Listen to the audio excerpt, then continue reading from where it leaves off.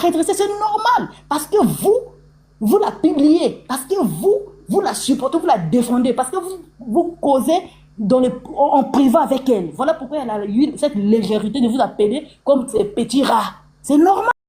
Et pourquoi vous pleurez? C'est à cause des Cindy Love qu'on vous appelait comme ça? C'est à cause des Cindy Love? Vous voulez mettre ça sur les Cindy Love? Quand vous publiez sa maman et elle là, vous ne savez pas, c'est ça le conséquence. Et vous avez le courage de dire que c'est nous qui avons emmené tout ce qui s'est passé là, c'est nous la cause. Mais attends, vous avez quoi même dans votre tête là? Parce que nous sommes des parents de Brigitte. Nous sommes des parents d'Alia. C'est nous qui avons donné la matière à Sarah. Donc ça vous avait fait plaisir quand Sarah, la maman de Noc vient, elle dit que non, Kofi et Cindy a moi devais jeter ça depuis longtemps. Mais des enfants, parce qu'il faut toucher le point là où les gens seront touchés. Oui. Des enfants, les photos des enfants, et que Kofi ne voulait pas que ces choses-là puissent partir parce que le monsieur est toujours amoureux de son ex dans le monde des ténèbres, et que Cindy a giflé son mari devant les gens. Là, ça vous fait plaisir quand on salue le nom de Cindy. Là, vous n'avez pas de problème. Vous n'avez pas besoin de défendre. Là, c'est normal, on va laisser passer. Parce que Cindy, elle, on doit l'insulter. Cindy doit aller vendre les CD. Cindy doit danser. Cindy, c'est votre travailleuse. Là, ça vous fait pas mal. Maintenant, quand les Cindy Love sortent, viennent interrompre l'hémorragie de Sarah, en faisant, parce qu'elle avait bien dit qu'elle avait des vidéos. La vidéo que tu as là, nous on a ça, on a fait sortir, c'est là où on a arrêté Sarah. Ça, vous ne pouvez pas nous féliciter. Votre premier là, vous avez félicité. Votre soi-disant, la faux diva là, quand elle disait que Bisso moto, te stoppe encore parce que tu as mis cette vidéo. Et puis il dit Bisso, c'est comme si tu étais dedans. Hypocrite diva, on est hypocrite. Hypocrite dedans, la première capitaine des hypocrites. Moi j'ai mis faux diva. Moi, j'ai mis faux diva. Donc, toi, tu disais que Bisso, t'as stoppé encore, t'as stoppé. Toi, tu étais dedans. Nous, quand on a eu cette on appelle ça responsabilité de faire sortir cette vidéo, toi, tu étais avec nous. Tu étais avec nous. Et vous avez le courage de venir nous parler. C'est comme de jalouser, de dire à Kofi de nous arrêter. Kofi ne peut pas nous arrêter parce que Kofi sait bien que c'est grâce à nous aujourd'hui. Les gens ont peur de l'attaquer. Parce que Kofi sait maintenant que ce qui vaut quand il était parti, je ne sais pas, à Nancy, bien, l'année passée, il était parti dans une ville française. Là, il avait dit quoi? Il avait dit de se lever, non? Il avait dit de ne plus laisser les gens l'insulter. Mais en ce temps-là, les gens, c'était qui? C'était pas sa fille et cette fille de $20 là. Non, arrêtez. Si vous ne savez pas, dans un groupe, il y a toujours des gens chacun de nous a ses capacités. Vous n'avez pas la capacité de défendre votre artiste, soit disons. Chacun a son température, oui. Vous n'avez pas cette capacité. Laissez les autres qui ont la capacité de faire le sale boulot faire, et vous restez dans votre bureau climatisé en train d'exposer votre artiste. Non? Et puis, la faute aussi, elle a le courage de dire que Kofi, Kobenga Minou, mais starte Chika tranquille, Lakisa Kibiso Kaka Didi. Parce que tu es qui? C'est de la même manière qu'à Lakisa Bino Didi, qu'à Lakisa Bino Minou n'a ko. Avant Lakisa Bino Didi, Lakisa Bino Minou. Maïta, vous me place one à Oki Biente. Vous avez le courage, hein? Vous avez le courage. Que non, ati pour nous la benga Didi Minou star Minou azalaki na mina mabe ati ka Minou tanga ko lakisa ka Didi ko lakisa ba minute. Mais attends, vous êtes qui? Est-ce que ça va Kofi Fili pesa? Baza ba Kofi Fili té. To landela bango faut ta nyopi. Faut ta nyopi. Attends, elle parle à Kofi. Regarde, moi je parle même bien. Hein. La manière dont elle parlait à Kofi, c'est comme si c'était maman amie qui parlait à Kofi, parce que je ne crois même pas que maman aussi peut parler comme ça à Kofi. Je ne crois pas, avec le respect que je vois sa manière de parler là, la douceur qu'elle a. Elle ne peut pas. Tazibi. Oui. Attaquons nos ennemis qui veulent mais ils sont nos premiers ennemis. Nos premiers ennemis, ce sont tes amis là. Ce sont nos premiers ennemis parce que la manière dont ils nous ont attaqués, si les autres voient ça, ils vont dire que bon, Moni, Kofi Film, c'est eux. C'est eux qui donnent la parole aux autres. C'est-à-dire, moi, quand Mais, je mais parle de c'est nous, du c'est-à-dire Kofi moi Phil, avec tout basé le le monde, nous défendons Mokoté. Kofi. Tu vois? Hein? C'est Kofi qui est notre intérêt et Mamassi qui est notre intérêt parce que c'est la Et les femme de quartiers Kofi. latins. Faut qu'il y ait un Ils bon. n'ont pas le droit de dire ça pendant les lives. Ils ont le numéro des nations. S'il y a quelque chose, quelques reproches à faire, appelez Nations. Dites, ah, exemple, ceci. Est-ce que vous n'avez pas aussi imposé quelque chose? Nous, chacun de nous a sa philosophie. Notre cahier des charges, Ah, c'est sorry, Kofi ou Jess. rien. Kofi ou rien. Tu sois la fille aînée de Kofi. Tu sois la dernière fille de Kofi. Tu sois la tata, le frère, la soeur de maman si. Nous, on s'occupe pas. Si tu parles seulement mal de Kofi là, on t'enlève toutes les qualifications là, on t'allume. Oye, Nous, c'est comme ça. oye, hein. Tongo ça. Nous, c'est Oye. comme ça. Nous, on n'a pas état d'esprit. Nous, tout ce qu'on connaît, on connaît Cindy, on connaît Kofi. Les restes, on ne connaît pas parce qu'on le connaît derrière les deux personnages-là. Maintenant, si tu sois la sœur de Cindy, son enfant, son frère, je ne sais pas, oncle, tu viens parler du mal de Cindy, on t'allume. Si tu es le frère, la fille chérie de Kofi, la fille d'amour, le fils d'amour, l'ex d'amour, si tu crée quelque chose, on t'allume, on ne te connaît pas. Parce que son Kofi, on n'allait pas connaître tous ces individus-là. On n'allait pas les connaître. Donc vous ne pouvez pas vous asseoir sur un plateau, défendre une ex et sa fille qui veut la tête de votre artiste et exposer votre artiste et sa femme. Et les fans même qui ont eu le courage. Moi, ma voix est partout sur Facebook. Là même mes parents m'ont appelé. Hey, toi tu défends maintenant Cindy, tu défends maintenant Kofi. Ma voix est partout sur les réseaux sociaux, sur toutes les pages des Ivoiriens, là, des Camerounais, des Camerounaises, là, ma voix est partout. En train de défendre. Hein? Ah, c'est Donc, bien, c'est bien. Hein? Cette dingo-là, elle est sortie, c'est parce que nous autres, nous sommes partis voir Makosso en privé, on a expliqué des choses. Tu crois que Makosso avait eu toutes ces paroles-là où pour venir déstabiliser tous ceux-là qui faisaient les challenges? Makosso a eu ça où? Makosso a eu ça où? Makambo Sarah ebimi awa nani tasbi tolali na ba live tolali ya kolala pa Afrique nga lala ka 5 heures du matin. 5 heures du matin na Moi, lali j'ai vu Aziza, j'ai dit mais celle-là, je me suis endormie, je me suis réveillée, j'ai vu Aziza. J'ai dit mais celle-là, elle est où? Elle ne dort pas. Non, ma voix est partie, j'ai eu l'angine.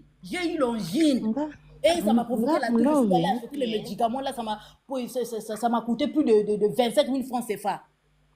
Avec les 27 000 francs, là, je pouvais aller manger mon bon plat au bord de la mer. Hein? C'est quoi ça? Eh, bisio. Love, et puis ngapi nazaki kuna nazape abonné kuna. Oh, On y m'a, mais moko bazala lokola bato mo basala ba système moko ya tindika chaka. On s'est dit. Parce que game, omoni game ndenge ekenda nga lelo na mataka awa epa na bino mo bino boyaka kuna tozosola toza eza game eke bon na minute oyo toza liboki moko.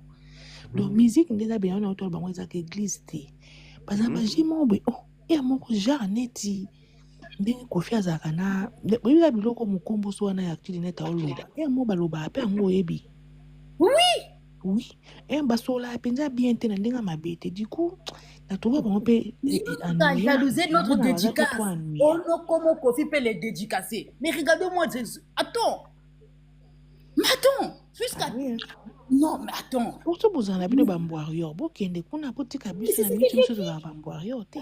Je t'ai dit que dans leur groupe là, l'anniversaire de Fifi ne passe pas. Ça veut dire que même des enfants là, les autres enfants là, ils ne publient pas. Hein? L'anniversaire de Rocky est passé là, on n'a pas publié. Des Kenya, on n'a pas publié. Des Mino, on n'a pas publié. Mais des Fifi et de sa fille là, ils ne ratent pas. C'est comme si quand on va changer combo. Quand Kofi possédait sa femme, c'est comme si ils étaient là, ou bien que Kofi draguait son ex-femme, c'est comme si ils étaient là. Ça veut dire que de la façon qu'ils retiennent la date là, mais je ne comprends pas. Mais arrêtez-vous là-bas. ya pembe na Kofi ya na keba alingo le Kofi mais aza très dangereux ko za pembe na Kofi. Il a le courage. Maman Aziza, ils ont le courage de dire à Kofi que Kofi doit nous arrêter. Kofi nous doit nous arrêter. Regarde c'est quoi. Et ils étaient fâchés quand une fois Jiden leur avait dit que non, ils doivent arrêter, Kofi doit les arrêter. Ils se sont fâchés contre Jiden. Mais nous, ils ont eu le courage de nous le dire. Donc, vous croyez que Kofi, il est tellement bête, il est parti dans son studio, en train de nous dédicacer dans des chansons, sur les plateaux. Merlin, ça vous voyez du sous, voyez du sous sur Merlin. La lobby, I love. Merlin, ça beaucoup, ça, quand on nous insultait là-bas, Mardi, tu étais où? Pour nous défendre. Tu nous as jamais défendu. Famille. C'est pas normal. Quand ils ont traité Kofi de n'importe quoi là-bas en train de corriger des potes. Oh non, l'autre l'a dit non, moi je comprends Cindy, je comprends Alia, je comprends. Tu comprends quoi? Il n'y a pas à comprendre. Il n'y a pas à comprendre. Tu vas comprendre quoi? Kofi a fait un remix. Le remix, une personne qui souffre de la crise de la quarantaine, de la soixantaine, ne peut pas se rappeler d'une dédicace de 20 ans passés. Il y a quoi? Ouais, bazo comprend Didi. Pour la dédicace, attends.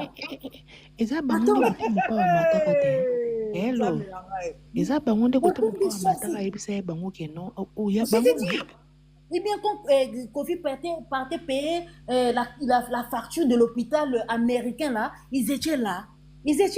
Donc, Kofi n'a plus le droit de corriger son enfant. Il s'attire bien. Mon père a coca qui était matin à live. Oyo titre o bat makoma go cha el nyoso mama sia boma quartier la uta pa na bango. Uta pa na bango mama sia tué quartier la te we uno ibango kaka. Bango kaka. Ça c'est pas normal.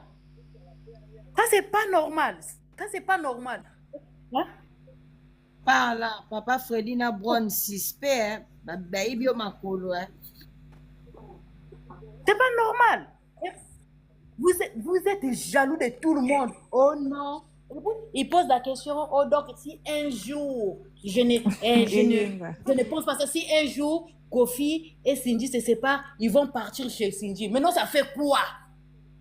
Ça fait quoi si les gens partent chez Cindy, si les gens sont les fans de Cindy, ils vont suivre Cindy? Ça ne veut pas dire qu'ils vont manquer du respect à Kofi. Tu as quel problème?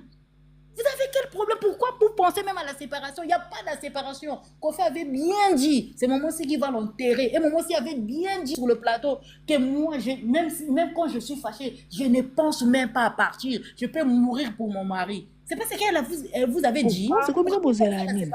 Bango bakenda ko lukati nzungu wa mama siso alamba kinini. Bino boyebe bango te ba information sur les canaux. Abaye ba usumona. Omoni mama si. Oui mama si ndi azana. Fana mobali na ye. Oui mobali numéro 00. Fani ya mama si na ye. Donc ndemiso toza biso bi dengele nde toza kabwe. Donc tolanda bango kabo ba artiste na biso to na pouvoir moko te yo sala yi na kati na bango. Vous croyez que ils veulent mettre dans la tête de Kofi que non, les Sindulov sont contre lui afin que le monsieur puisse discuter avec sa femme parce que sa femme aime bien aussi ses fans parce que sa femme avait dit quoi la dernière quand sa femme était montée de l'autre côté le premier jour chez elle là-bas. Qu'est-ce qu'elle avait dit? Elle croyait qu'elle était chez les Sindulov. Elle avait dit que le jour que j'ai su qu'il y avait les Sindulov, ça m'avait fait très plaisir, ça m'avait augmenté le moral. C'est ce qu'elle avait dit. Elle avait dit ça. Donc vous voulez mettre en contradiction à la maison à cause de groupes de gens. Biso to banda ko soutenir mama si na YouTube na mama Sylvie ka to benga kaka moko to ara anonyme unga banda benga mama si kuna so mama Sylvie so yindi mama Sylvie fungola live. Non, fungola live. Ils sont méchants, ils ne veulent pas voir les autres. Ils veulent seulement ils sont contre nous. Vous savez qu'ils ne veulent pas voir d'autres personnes en train de défendre Kofi. Ils ne veulent pas voir les gens défendre Cindy. Pour eux, quand on est sur Cindy, tout va bien. Quand on est sur Kofi, oui, il est déjà habitué. Mais non. Mais love, bazaba tout ce qui bazaba on a maillé l'été alors. Parce que comment on est dans les réseaux sociaux, les gens là, tout ce qu'ils font, ils apprennent à rebondir Cindy. Parce que parce que Cindy faiblir. Ils ont le corps affaibli, mais c'est ça, c'est ça. Oui. C'est ça. Oh, mais c'est quoi, yo, comment on le bakebatika, c'est maman si, yo vandi kimia. boyebi te ke moto azalaka kwa moto andako ezalaka mama. Non, et ça leur fait plaisir à chaque fois qu'on va sur le plateau. Mama azalaka na bango.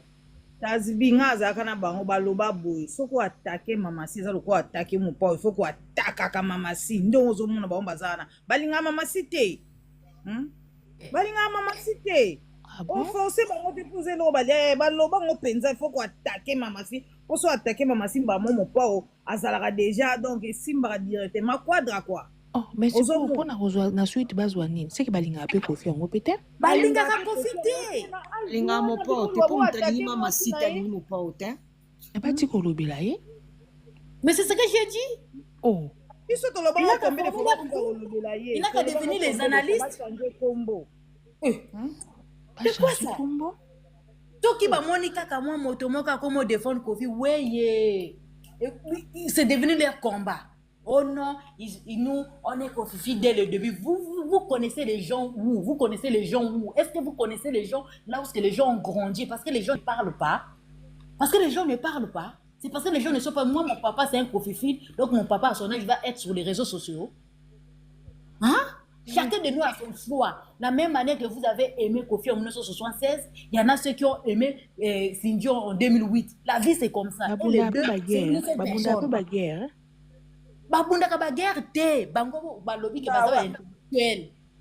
Baza ba intellectuel, bango bang basimbi intellectualisme ya réseaux sociaux.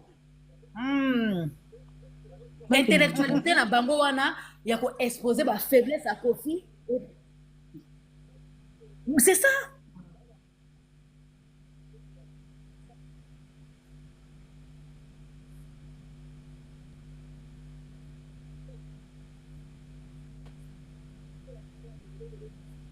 Ah, c'est bon, Ils bon, disent un peu du mal alors. Ils disent que c'est nous.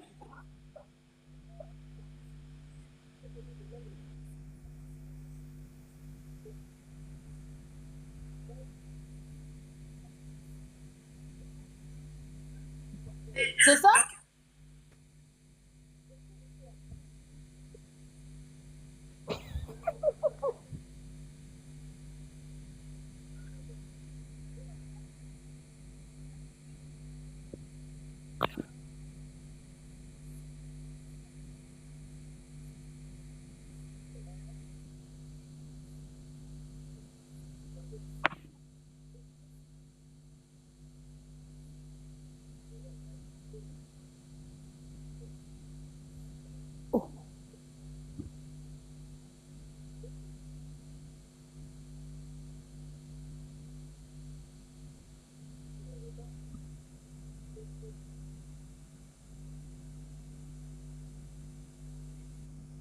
Oui. Nga nazalaka kuna mwana mère.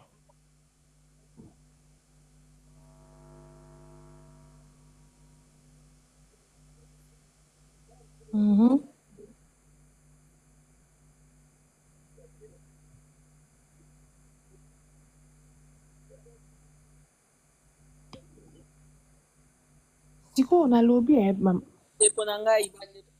To passer déjà un message. Vas-y, vite, tu as fait au foot là-bas. On te zonga non na makama mwana suko, s'il te plaît. Non, Message, non, to sola to na groupe, c'est bon. To kula. Oui, to lobi la ngope de ami. La TV to lobeli yango c'est bon. To zonga non na makama mwana suka. C'est bon, c'est bon. Vivre.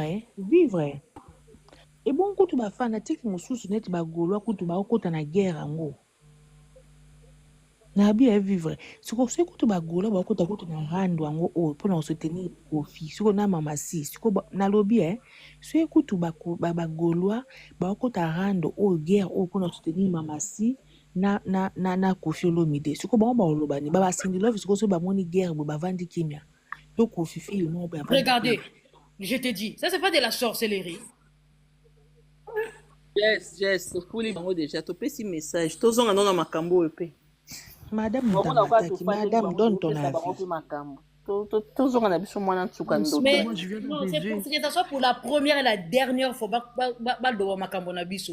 Que ce soit pour la première fois et la dernière fois. Il n'a qu'à exposer leurs artistes, il n'a qu'à critiquer leurs artistes. Si Il n'a qu'à Est-ce continuer que à c'est faire comme des maman si vidéos elle genre rencontre bah musicien, bah musicien quartier là, elle rencontre bah tuna bango non pas na du tout. Nga ina tuna tuesa maman bango si alinga ba JR 33 te. te tobai toloba yango apres yo moni te tobai papa toloba yango apres toleki yo moni te ka kiti yalobaka kaka biso toza na incompréhension moni te kaka kiti à chaque fois so tobai makambo topesa ebimi message alobaka na biso toza na yango apres incompréhension tocontinue makambo mosusu kasi yango topesa message sikoyo oyo okata biso mbamo ndeni omoni teke pa fredi akiti po ale kaka makambo tobanda odiskute kala ezongi lisusu na basindilove c'est quoi ça hein il faut baarrete basala makambo na bango nde baloko bango balingi banuire artiste basala ngo na ndenge na bango hein biso mpe lokola tozodefendre artiste na réseau sociaux batika biso todefendre artiste na biso na bapolémike oyo eyaka mpo eleki buzoba eleki mabe artiste wana kofina mamasi baa na mai na makila nde biso nyonso toa nango hein Mama si ndenge aza wana ese aza contre JR33 aza contre 4 sim aza contre na ndenge nini na na kobo quel ore eza na bango yo na otuna ese ye moko akoyemba kaka na orchestre wana ils ont besoin de tout le monde bango bato bazwelaki baartiste yango bango bato bazwaki basala mpe quartier la te na bango so balingi où est le problème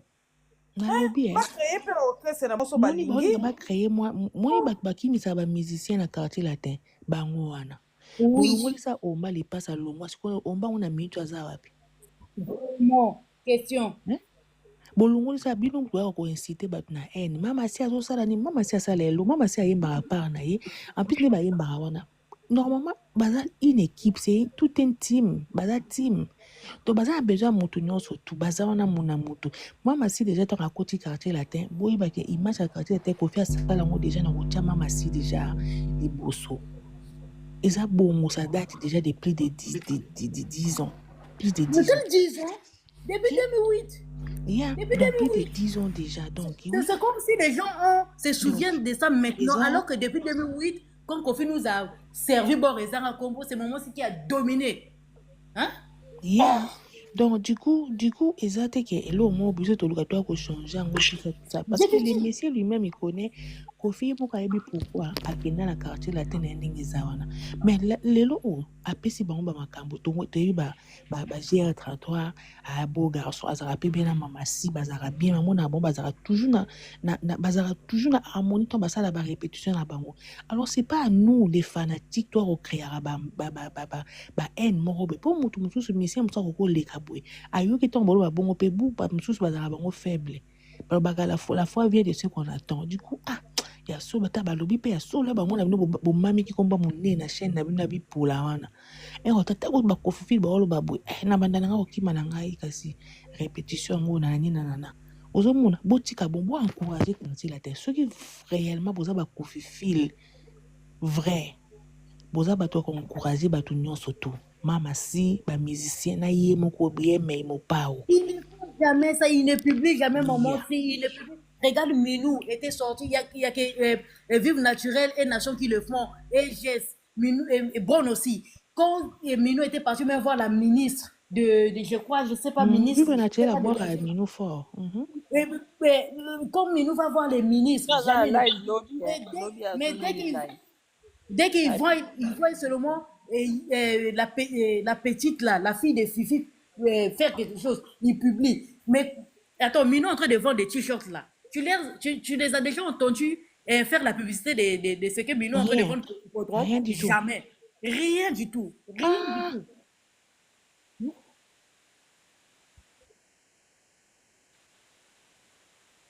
Oui. Mais il y a Minou, ils ont la qualité. Il y a Minou, ils ont la qualité. Minou avait commencé.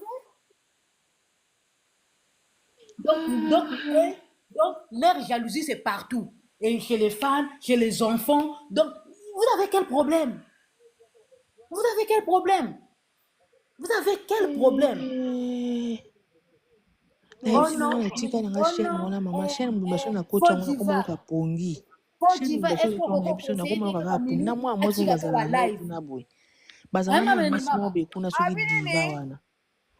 Faux Diva a conseillé Minou Atika ba live denga a conseillé que membre moko a famille a Kofi Atika ki ba live. J'ai dit mais regardez-moi les bandes de sorciers. Regardez-moi des bandes de Lobi sorciers. Mino, il y a un live à 18h. Pour s'abonner. Regardez les bandes de sorciers. Le jour, Donc, Minou, qui fait ses affaires, qui fait la fonction de ton papa.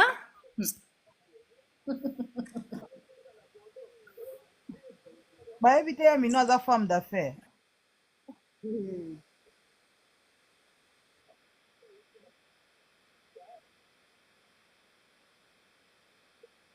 Tala makambo.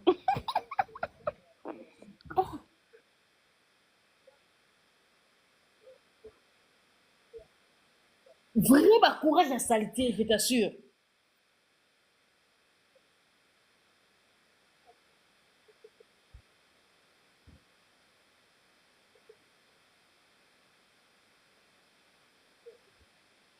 Tony, c'est comme si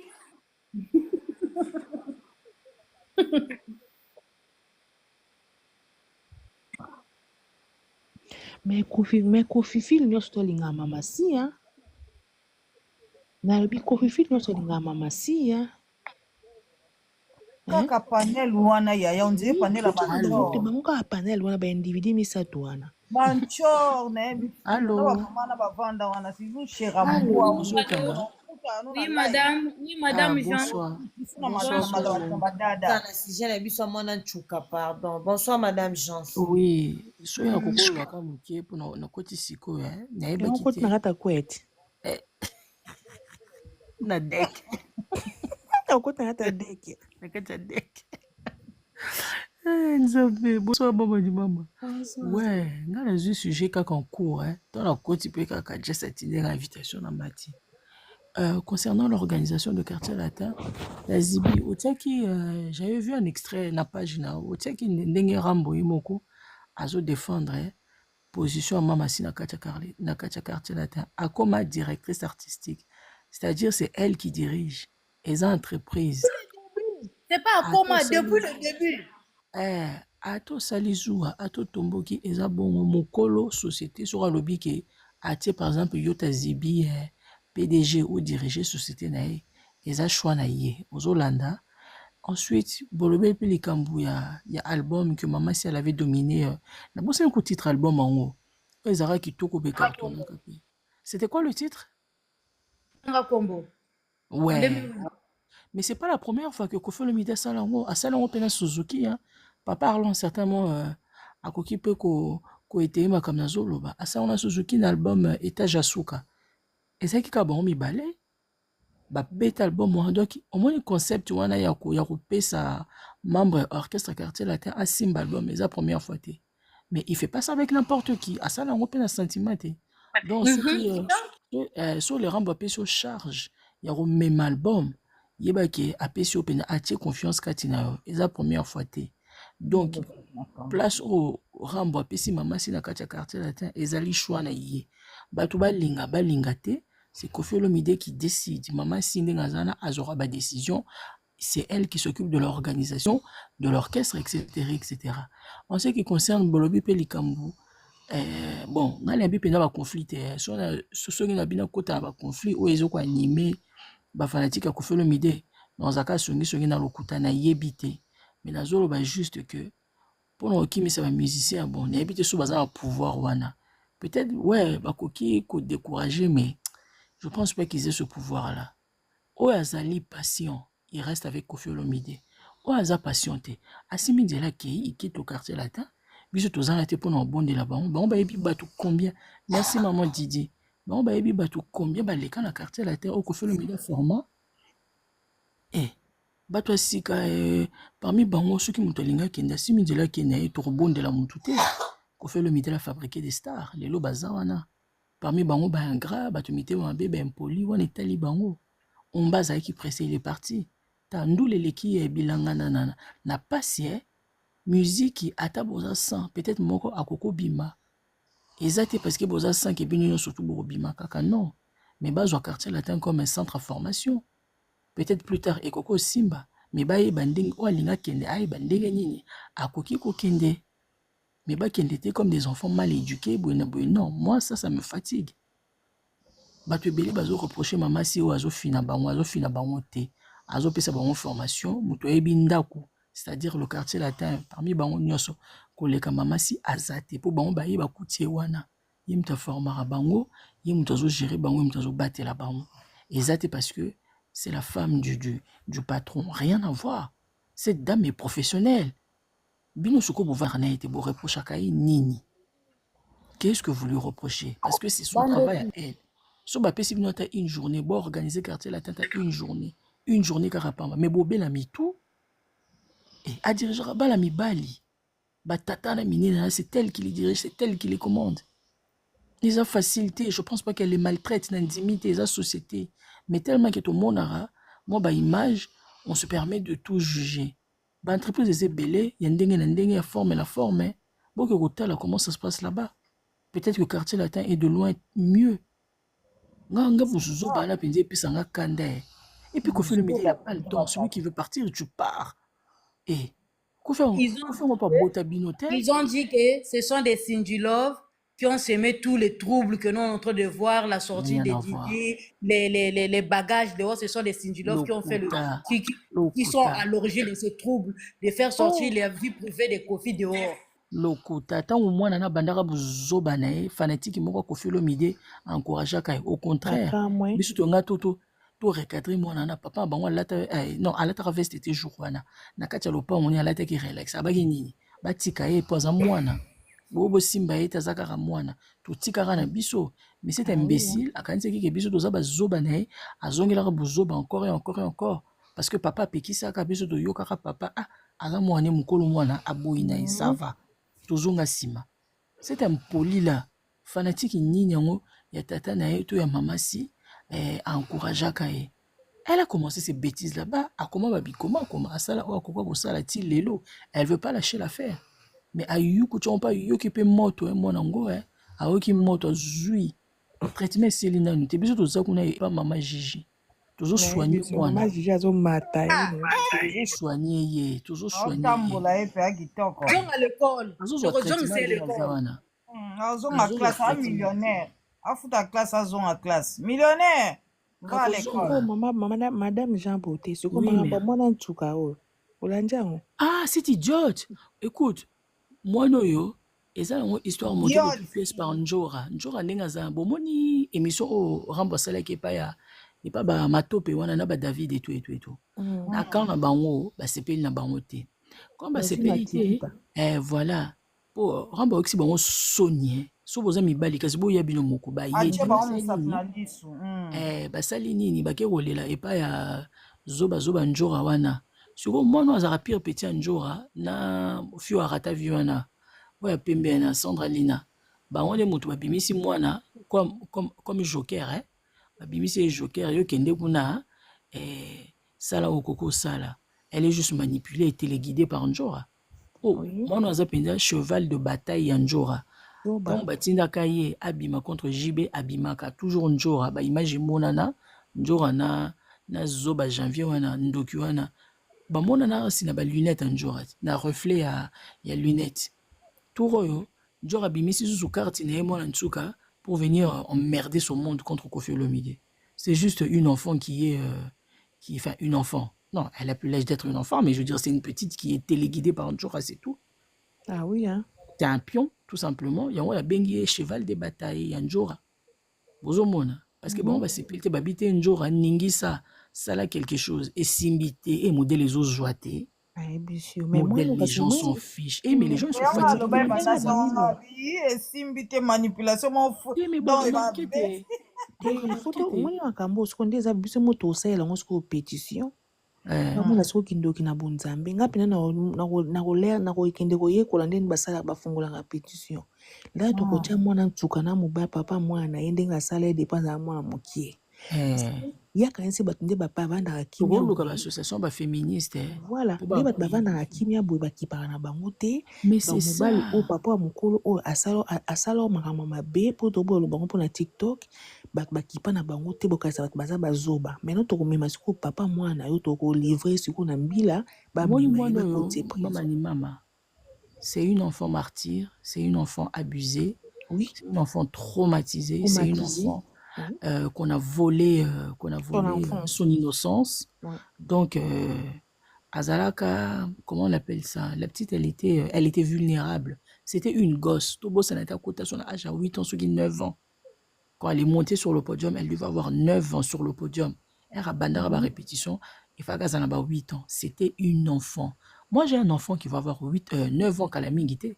C'était l'âge de cette petite-là. Vous vous rendez compte? Ngakuti 8 ans na jie awa mwana nga kokisa 8 ans na jie Gazo kokisa 9 ans. Nga 8 ans sikoyo naota mwana nga 8 ans oyo oui, naotala na ye pe en plus nani madame Jabota lobi les mêmes jours oyo l'air abini les mêmes jours bamemaki abini batie $100 jiba abiaki alala pa na ye donc les mêmes jours wana nde c'est un psychopathe asala mwana oyo abebisa mwana ya batu en toute impunité parce que chez nous il n'y a pas de justice. Lelo moi justice on commence à la mouké toujours on a quand même modèle bon même la politique mais on verra jusqu'au bout ce que ça théâtre et tout ça makambo solo. Cet enfant c'est une enfant perturbée, c'est une enfant au moins il y a quelque part nazo mona tatina il y a quoi vouloir y était parce que elle est brisée. Jiba baby sa moine, cet enfant est abîmé. Si quoi tu peux vouloir compassion mona tchuka ezate. Tant mona tchuka eko. Non, c'est pas de la compassion. J'essaie de comprendre. Non. Pour comprendre ngaïté. Non. Non, le bel nom qu'on fait le midi. Pour tout ne beba tata d'ailleurs beba fa qui n'est pas jibé madame Jean. Bon. Analyse nanga. Et c'est question d'avoir pitié ou pas. Le mal est déjà fait.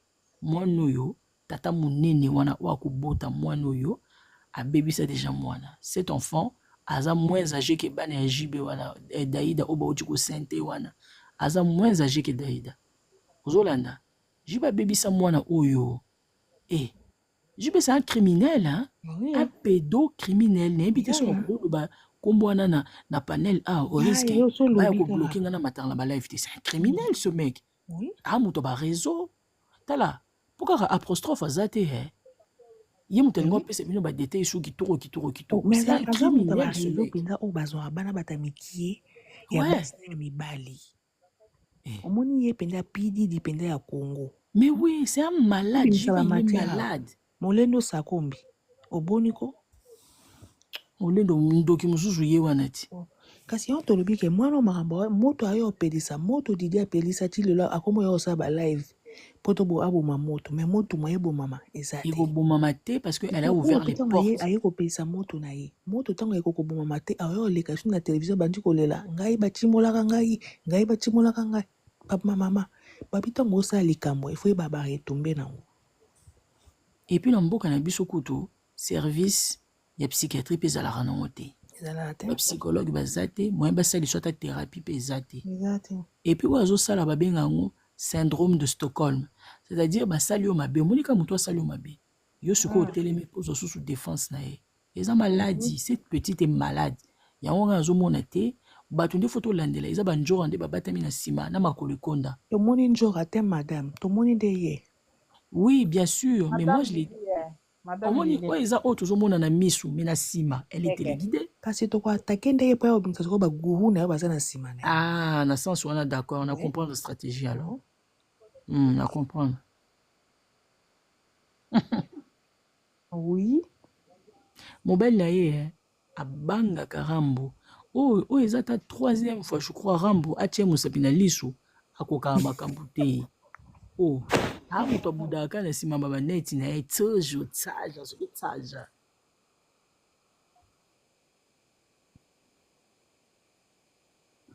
Bon, mon papa Arlan Lobby, il faut lui coller un procès pour diffamation. Ah ouais? Bamakamba bongo oui, voilà. Et du coup, quand ça na mobile nena papa na ndeza ba kanga. Omoni ba komoni ka ba l'état Congo, mona Côte d'Ivoire, c'est que na Côte d'Ivoire. Mais JB akenda hein. Akota boloko hein. Ba sidiki ti abete ka po abeta ka mwasi bo mona ba kanga bango. Ba kota pena ba prison pinza. Ozomona. Donc du coup, na Congo on a tellement JBP pour ça on peut epela ki pe obi ke yinda ki pe na Congo na me balamba ka balali sa balamba obi ke jiba za pire Christian Tshisekedi aza pire ndeko ya président nga namona bango ti baomela basigare bazolia bazomela la belle vie biso moto ezopela na mboka. Bon, il est bien entouré, hein, malheureusement. Ouais. Bien entouré dans mboka. Mais c'est quoi, il y a un peu de bi. Et c'est quoi, il y a un peu tout tende basi ba kola et procès pareil à n'importe. Et ça faut à Kofi. Moi je n'aime pas mutaya koloba makambo na internet ye mama azoba mama mwana ye moko mutaya kotanda mais pe lelo lisusu atandi lisusu mais même soki atandaki te toyeba déjà kala ki jiba botisa moto lelo lisusu arepeta ngo botisa moto il faut obima na ye ti ekasi c'est un criminel o balongola bazemi soki 4 o na ye après na ye kobota yaya yo moto yaki na makambo na o bato pe monde entier ezoyoka yango loba totie mosukusuku mais eza nzoka moto aza na nsima nzoka soni akoko défendre patron na ye te soni pour une fois nzoka azangi maloba donc omonde bafinga akambo wana na loyenge bayebi biaka aza patron na bango bon madame oyoki te ya bubulu kuna vigile asalisi odini yango ye mpe l'homme de la sécurité bato omoni ka ndenge tata wana ija ikonde akende koswanisa juna janana nde mpe nani vigile akoswanisa ono silimbambe asalaki na ye mission mission wana batuni makambo apo ya hippodrome de Vincennes apesi mpe ka baeloge pa vie quadre notre légende.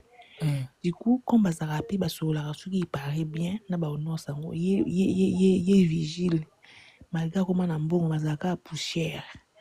Allez, à bien passer Francis Lou là-bas, on dit que pas au Dieu ça qu'on a posé, alors pas mouki à la main. En tout cas, mais il y a un garçon basse classe. Rambo, et c'est qui est. Comment c'est une vidéo Rambo ça là? Rambo, abimisi un garçon basse classe, il est vigile. Rambo yebisaka ye analphabète oyebi ata kombo perpétuité te auta mboka tanga madame Jean Bote oyebeloko olela kuna aolela kuna poka babengi aza fake ngabe oza fake wapi moyibi ko vigile mais besoin aza fake et puis atanga pété taka mo perpétuité nga na affecté yaya wana 60 wa moyibi oza fake oza ndo kombo fake yango yepe eto ba ayebi yango te po abengi fake kuna wazolela na ba balmen na pa ya ngwanzu wana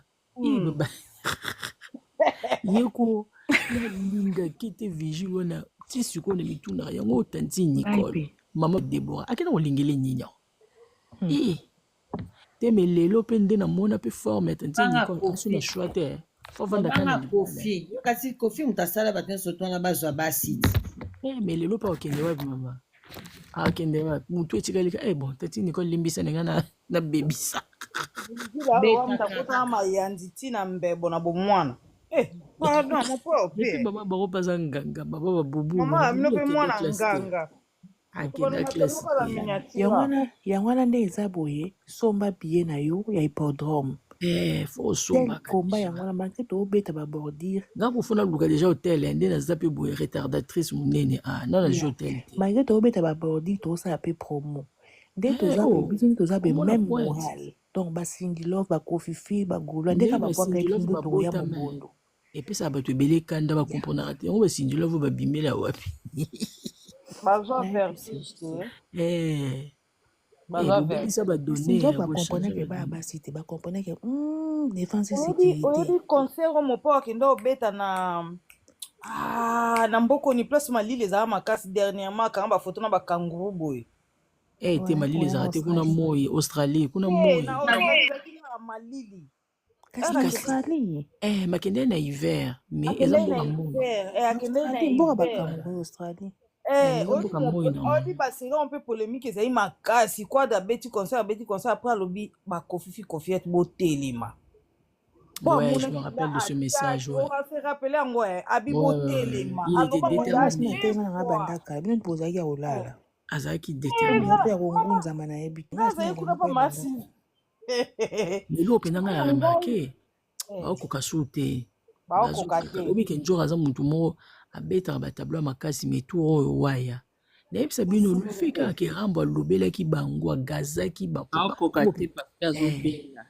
bazoki gazma yalinga eza bien te Santa nani yango eza bien te. eza bien nde ni aza na diabète azolia fufu na pondu musuni ondire Njo ba santé eza bien te oyo osali.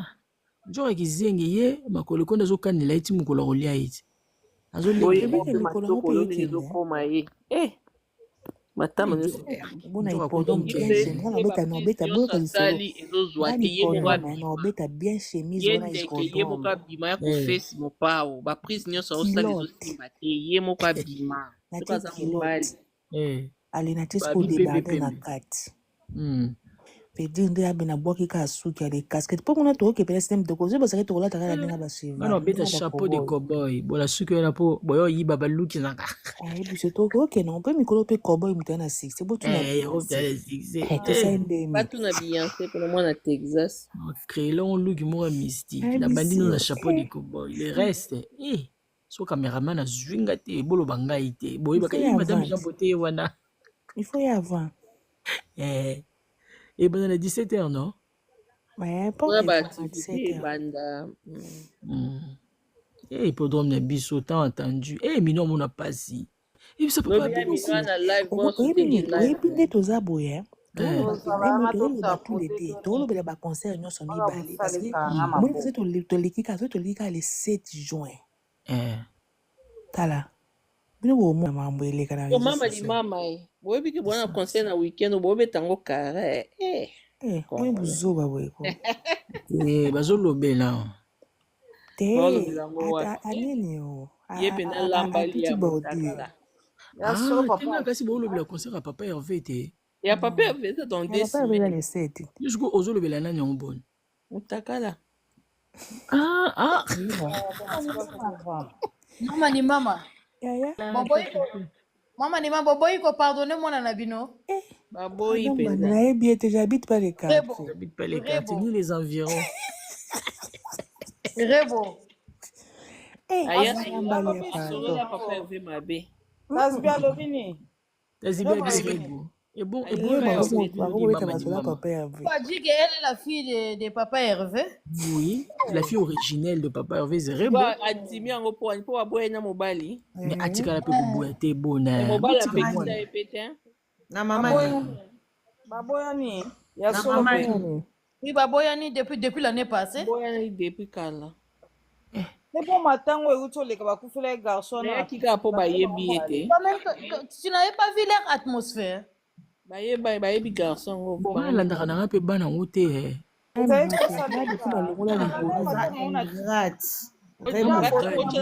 yango inonce te ye moko inonce abata pekisa ne ye na papa Hervé namonaki bango na matanga yango na TikTok bango mibale ti oui mais ils étaient pas si tu vois bien l'image, ils n'étaient pas comme avant, quoi. Depuis l'année passée, depuis mars de l'année passée. Yo mtozi na mobali no jeune ya ozolanda le jeune wapi est-ce que mobali na pina kokina rebo mama ziza nete ndenge na zaki ni mfanda ka bongo te ya ebo skoto loba nini mobali akoka te mobali akoka na ndenge nini bandeko mobali na ye alavana na yazolanda batu nga mwa mobali te pardon Rebo est trop agité, il a mis trop Inos dans des problèmes. Bonne, tu m'entends? Ouais. T'as ma comme papa Jean commis là, c'est. Il y a l'autre point, madame ma mariage à Bakia Bungi na ya na bakanda ni tika point à fin.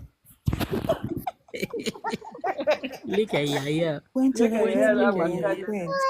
bien nous bona tukayo bupesa. Là na la point na kanda. Ya tuli.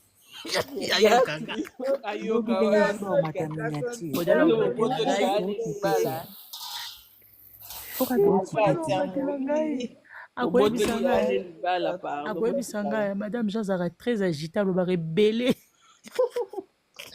obotoli yane libala botika yaya toli mais nayoka ye mwasi yango mpe alobi aopesa de divorce te andimi netowa apesa kaka mama apesaka humiliation oyo pardon azandi agité fana vanda nye ozala bango nini pati wana mama totongi ye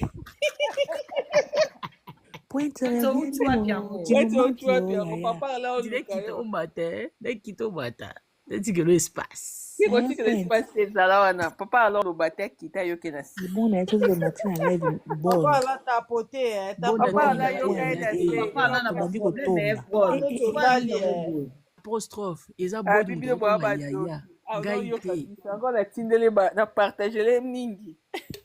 Papa là tapoté. Papa là Apostrophe. Ils ont beau. Nga sito yenga lisanga te. Eh, papa là moi sino Eh, aye. puis c'est Yangana Mama Bon. Ziza. ala lisanga te otindela ba live. Mama Ziza lobi bon, tona bon, live bon, na bon, tongo bon. Gigi la libellili lobi azoliye la mwana wana na ebisi. Ça l'est bien.